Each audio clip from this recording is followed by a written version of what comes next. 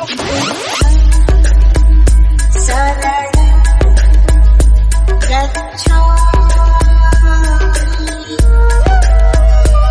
बौद्ध धर्म में शुभ और अशुभ की धारणाएं होती हैं? आज की इस वीडियो में हम इसी विषय पर विश्लेषण करेंगे। वीडियो को पूरा देखें, सब्सक्राइब करें और अपनी प्रतिक्रिया दें। आइए जानते हैं अंधविश्वास के उन पहलू के बारे में जो बाहरी सभ्यता से धम्म में जोड़े गए। लोग सदियों से अंधविश्वासों, भाग्यशाली आकर्षण, शगुन, भविष्यवाणी और भाग्य बताने में लिप्त रहे हैं। उन्होंने निर्णय लेने में मदद करने और उन्हें अपने कार्यों की जिम्मेदारी लेने से रोकने के लिए इन चीजों का उपयोग किया है। कुछ संस्कृतियों में वे अभी भी ऐसी चीजों को बहुत महत्व देते हैं। हालांकि यदि आप ध्यान से देखें तो आप जानेंगे हैं कि ये चीजें अज्ञानता और भय से उत्पन्न होती हैं। वे निश्चित रूप से आपको जीवन में आगे बढ़ने में मदद करने का विश्वसनीय तरीका नहीं है। मनुष्य का हमेशा अच्छे भाग्य और दुर्भाग्य में विश्वास रहा है, चाहे उनकी संस्कृति कुछ भी हो। अंधविश्वास, भाग्यशाली आकर्षण, शगुन, भविष्यवाणी या भाग्यकथन।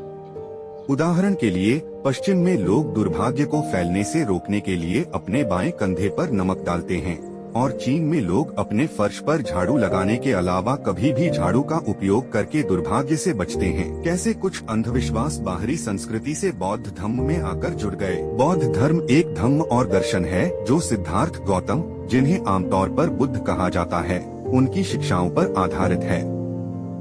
महत्वपूर्ण बात यह है कि बुद्ध की शिक्षाओं में अंधविश्वास शामिल नहीं था। उन्होंने सचेतनता, स्वयं के जीवन की जिम्मेदारी और सकारात्मक ऊर्जा विकसित करना सिखाया। हालांकि जैसे जैसे समय बीतता गया और बौद्ध धर्म विभिन्न क्षेत्रों में फैल गया, इसे विभिन्न सांस्कृतिक मान्यताओं और प्रथाओं का सामना करना पड़ा। इससे बौद्ध शिक्षाओं के साथ स्थानीय रीति रिवाजों का मिश्रण हुआ, जिसके परिणामस्वरूप प्रत्येक समुदाय के भीतर अद्वितीय अनुष्ठान, प्रतीक, छुट्टियां और अंधविश्वास पैदा हुए। विभिन्न बौद्ध अंधविश्वासों और भाग्य के प्रतीकों के बारे में जाने जो बौद्ध शिक्षाओं और स्थानीय संस्कृतियों के मिश्रण से विकसित हुए हैं। सामाजिक अंधविश्वासों पर व्यक्तिगत जिम्मेदारी की बुद्ध की शिक्षाओं को समझें। बौद्ध धर्म के केंद्र में धम्मक बुद्ध की शिक्षाएं हैं। बुद्ध अंतर्निहित अलौकिक शक्तियों या अंधविश्वासों वाली वस्तुओं या गतिविधियों के बारे में नहीं सिखाते। स्थानीय परंपराओं के साथ संयोजन के कारण इन प्रथाओं में आमतौर पर कुछ अंधविश्वास शामिल होते हैं। बौद्ध अंधविश्वासों में अक्सर अच्छी किस्मत लाने या बुरी किस्मत को दूर करने के लिए किसी वस्तु या अनुष्ठान का उपयोग करना शामिल होता है। इसके अतिरिक्त बौद्ध धर्म में प्रमुख अवधारणाओं और शिक्षाओं का प्रतिनिधित्व करने के लिए विभिन्न प्रतीकों का उपयोग किया जाता है।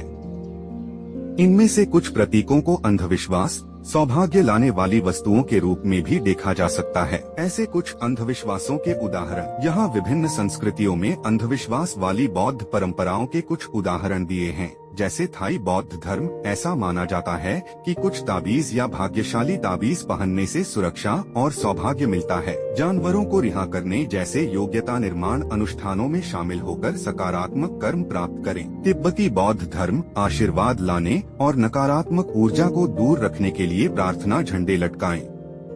माना जाता है कि प्रार्थना पहियों को घुमाने पर शुद्धिकरण प्रभाव पड़ता है। चीनी बौद्ध धर्म सकारात्मक ऊर्जा के लिए बुद्ध की मूर्तियां या प्रतीक विशिष्ट दिशाओं में रखें। ऐसा माना जाता है कि धूप जलाने से आप ईश्वर और आशीर्वाद से जुड़ते हैं। बौद्ध प्रतीकों के उदाहरण यहाँ बौद्ध धर्म में कुछ महत्वपूर्ण प्रतीक दिए गए हैं, जिनके बारे में माना जाता है कि इनमें सकारात्मक ऊर्जा होती है। बोधि वृक्ष वह स्थान है जहाँ बुद्ध को ज्ञान प्राप्त हुआ था। आध्यात्मिक जागृति के प्रतीक के रूप में वृक्ष और उसके सभी पहलू पूजनीय हैं। बुद्ध की मूर्तियां प्रबुद्ध व्यक्ति का प्रतिनिधित्व करती हैं। माना जाता है कि वे शांति और प्रेरणा लाती हैं। माना जाता है कि बौद्ध देवताओं और दृश्यों को चित्रित करने वाली कलाकृतियां, जिन्हें थांगका पेंटिंग कहा जाता है, में सुरक्षात्मक गुण होते हैं। ऐसे अंधविश्वास प्रचलित हो गए। लेकिन क्या यह सब धम्म के ज्ञान में समावेशित और समर्पक हैं? क्या तथागत बुद्ध द्वारा मिली शिक्षा में यह सब शामिल हैं? जानते हैं अंधविश्वास पर बुद्ध की शिक्षाएं। बुद्ध भाग्य, नियति या संयोग में विश्वास नहीं करते थे, लेकिन उन्होंने लोगों की सांस्कृतिक मान्यताओं के लिए उनकी आलोचना नहीं की। उन्होंने सामाजिक दायित्वों और भयावह अंधविश्वासों पर व्यक्तिगत जिम्मेदारी और तर्कसंगत विचार सिखाया। मंगल सूत्र की शिक्षाओं में लोगों ने बुद्ध से पूछा कि सबसे आशाजनक भाग्य क्या है और उन्हें किसका अनुसरण करना चाहिए। उन्होंने सीधे सवाल का जवाब नहीं दिया, बल्कि दिशा निर्देश दिए कि हम किसी भी अलौकिक शक्तियों पर भरोसा किए बिना अपने जीवन को भाग्यशाली कैसे बना सकते हैं। उनके यह विचार निश्चित रूप से मन के सचेतना और सकारात्मकता से जुड़े हुए हैं। बुद्ध इन शब्दों से किसी भी प्रकार की अंधविश्वासी सोच पर निर्भर रहने के लिए नहीं कहते, बल्कि विचारों में शुद्धता और सकारात्मकता लाने के लिए प्रोत्साहित करते हैं। व्यक्तिगत जिम्मेदारी के बिना अंधविश्वास। बुद्ध ने जो कुछ सिखाया वह निम्न कला की प्रथाएं थीं। कुछ ऐसी प्रथाओं में संलग्न होना जिनके लिए व्यक्तिगत जिम्मेदारी की आवश्यकता नहीं होती है। साथ ही आत्मज्ञान की दिशा में कोई व्यक्तिगत कार्य नहीं करना, जैसे कि सचेतनता और ध्यान। उदाहरण के लिए एक बौद्ध निम्न कला का अभ्यास करता है यदि वे लंबे जीवन वाले समारोहों में जाते हैं, जिसका उद्देश्य उन्हें लंबे समय तक जीने में मदद करना है।